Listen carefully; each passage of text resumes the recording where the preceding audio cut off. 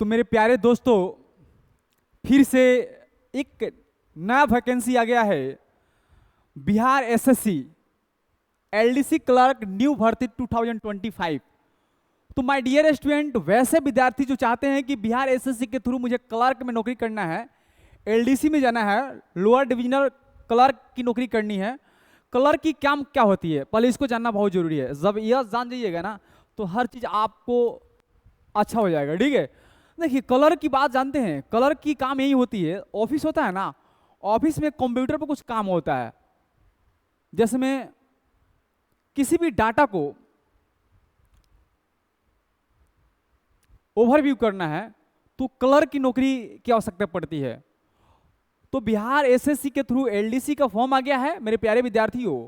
और बहुत खुशखबरी की बात है उन प्यारे विद्यार्थियों के लिए जो चाहते हैं नौकरी करना। तो आज इस वीडियो में हर एक एक चीज में बताने वाला हूं कि इसकी क्या सैलरी रहेगी, इसका क्या सिलेबस रहेगा, क्या इसका कटअप रहेगा, क्या एज रहेगी, और इसका फी कितना लगने वाला है फॉर्म भराई, और एसी एसटी का कितना लगेगा, ओबीसी का कितना रहेगा, और आपका जनरल कास्ट का कितना रहने वाला है।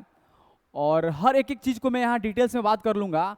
और इसमें योग्यता क्या है, तो मेरे प्यारे विद्यार्थी, योग्यता मात्र 12th पास। यदि आप 12th पास किए हैं ना, तो इस फॉर्म को भर लीजिए। क्या कर लीजिए, भर लीजिए, और एक अपना जिंदगी को एक बेहतर मुकाम तक पहुंचाइए।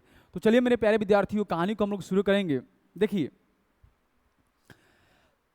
देखिए, सबसे पहले बात यहाँ ना होता है ना, बहुत मस्त है सर। कहता है Bihar SSC LDC clerk new भर्ती 2025, है ना, यहाँ तक किसी को दिक्कत नहीं है। देखिए मेरे प्यारे विद्यार्थियों, टोटल पोस्ट की मैं बात करूँ ना, तो 8093 कितने हैं विद्यार्थी जी, 8093 पोस्ट हैं। और इसमें जानते हैं आपका एलडीसी का फॉर्म आ गया है, लोअर डिविजनल क्लर्क का, निम्न नर्गीय लिपिक। इसमें योग्यता क्या होने वाला है मेरे प्यारे दोस्तों, ओनली फॉर 12th पास। यदि आप 12th पास कर चुके हैं ना, तो आप इस फॉर्म को भर दीजिए, क्योंकि इसका सैलरी भी बहुत बेहतर होने वाला है। इसका सैलरी की मैं बात करूं ना, तो मिनिमम 30,000 से स्टार्ट होती है सैलरी, 30,000 से स्टार्ट होगी। तो बात समझिए, इस फॉर्म को आप लोग भरिएगा। और इस फॉर्म का जो भरने का जो डेट होगा ना, ये समझ जाइए, अभी इसको डिक्लेयर नहीं किया है कि कब से फॉर्म भराएगी, लेकिन मेरे अनुभव से मैं आप लोगों को बता दे रहा हूं, ये अभी जून चल रहा है ना, और जुलाई, लगभग जुलाई, बात समझी कि नहीं, समझिए जुलाई में लगभग आपका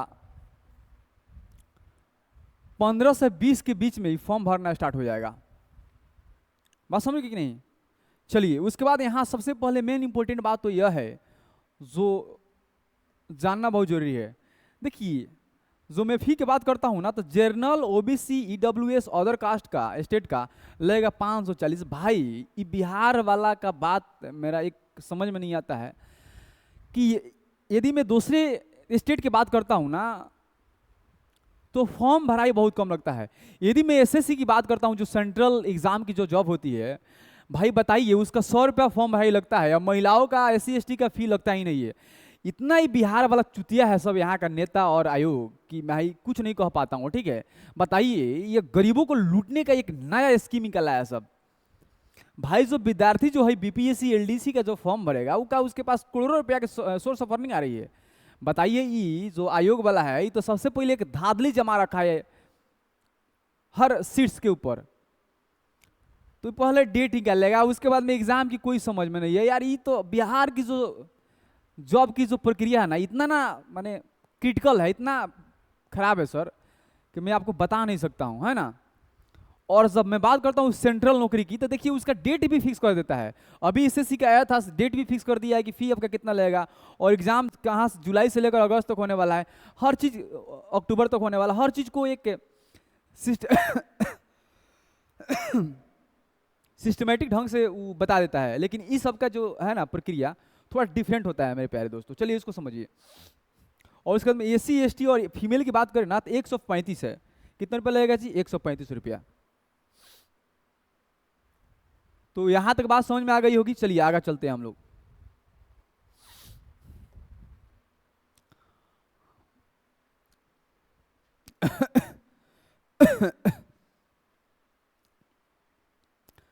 डिस्ट्रिक्ट वाइज वैकेंसी की बात करें ना,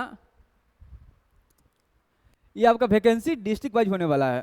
क्या होने वाला है जी? District wise. देखिए इसमें एज कितना लगेगा जी? 1837। अगर इसमें एज की बात करूँ ना तो कितना है जी एज? 1837। और देखिए बीसी,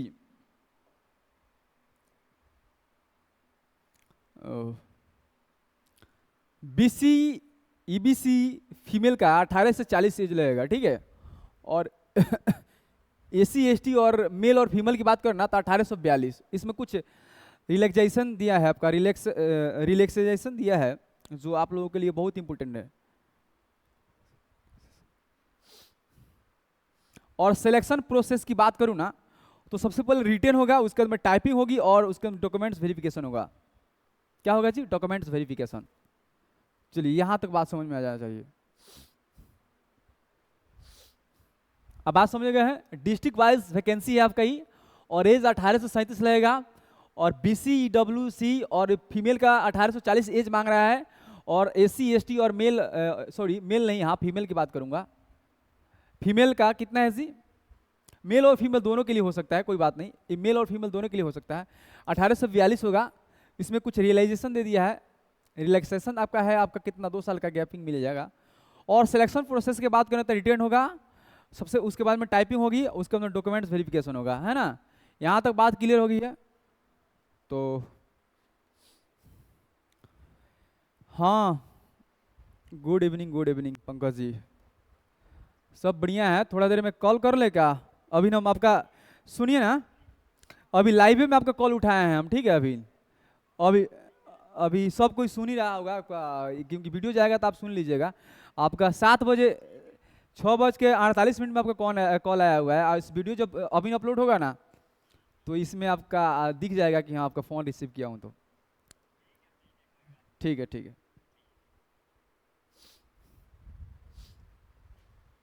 उसके बाद मैं टाइपिंग स्पीड की बात करूँ ना तो हिंदी है आपका 30 आवर पर मिनट, ठीक है।